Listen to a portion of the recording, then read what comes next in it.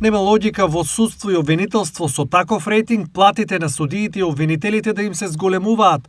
Ако судат по закон, јас ки им ја донирам и мојата, но вака тоа е апсурдно, изјави Христијан Мицковски за реформите во правосудството. Ако вие мислите дека, или јавноста, ја повикувам јавноста, нека каже, ако мислите дека треба да ги дуплираме платите на обвинителите и судиите, слободно кажете. Еве, јас ќе донирам мојата плата.